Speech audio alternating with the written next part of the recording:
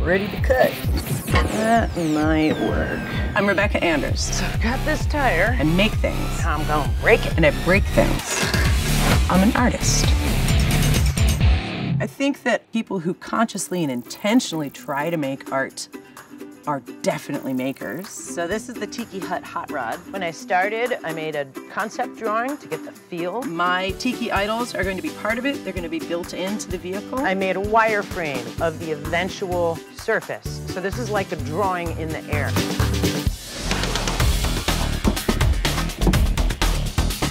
Both art and making shape our ideas and give voice to our philosophies and our questions about what we do as human beings. The whole story of everything that this tire rolled through is embedded in it. So we're pushing ourselves to try something new. Now I can find the nails in them. Or try and see things from another direction. Get out of my tire.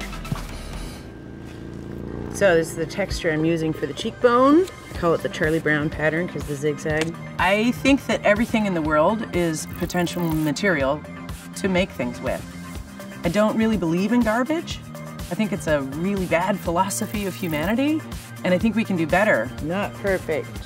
One example is the motorcycle tire is usually thrown away, but if you look at the material for what it is, not just what it does, the panoply of possibilities opens up. The world taught me art.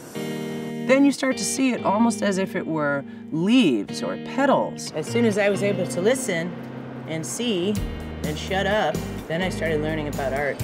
Talent is super important in making, but it is useless without discipline. So you can't just be super talented and sit down and do amazing work one after the other. You might get lucky once, and you might have a natural ability in an area, but you can't fly with it unless you have a discipline in your life of reaching and reaching and reaching. So now it's starting to come together. It starts to look a little bit less like a tire, more like a tiki.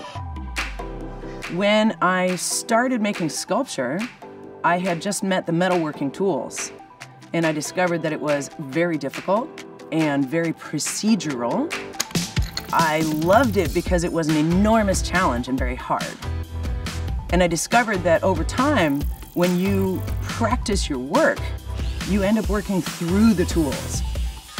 The more you work through the tools, the more the tools can take you really far. It's gonna work. And this is inspiring. Yeah, that's pretty good.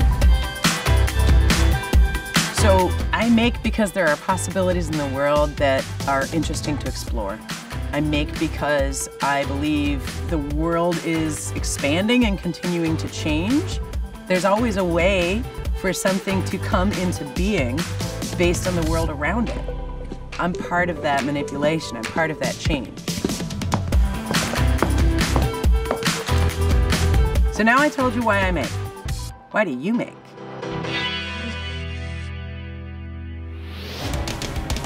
I ended up working at Burning Man. The spirit of cooperation is deeply inspiring.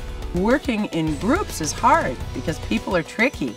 But at the same time, we achieve so much more in our culture, in our personal lives, and we can do things at a grander scale in a shorter time period than you could do by yourself.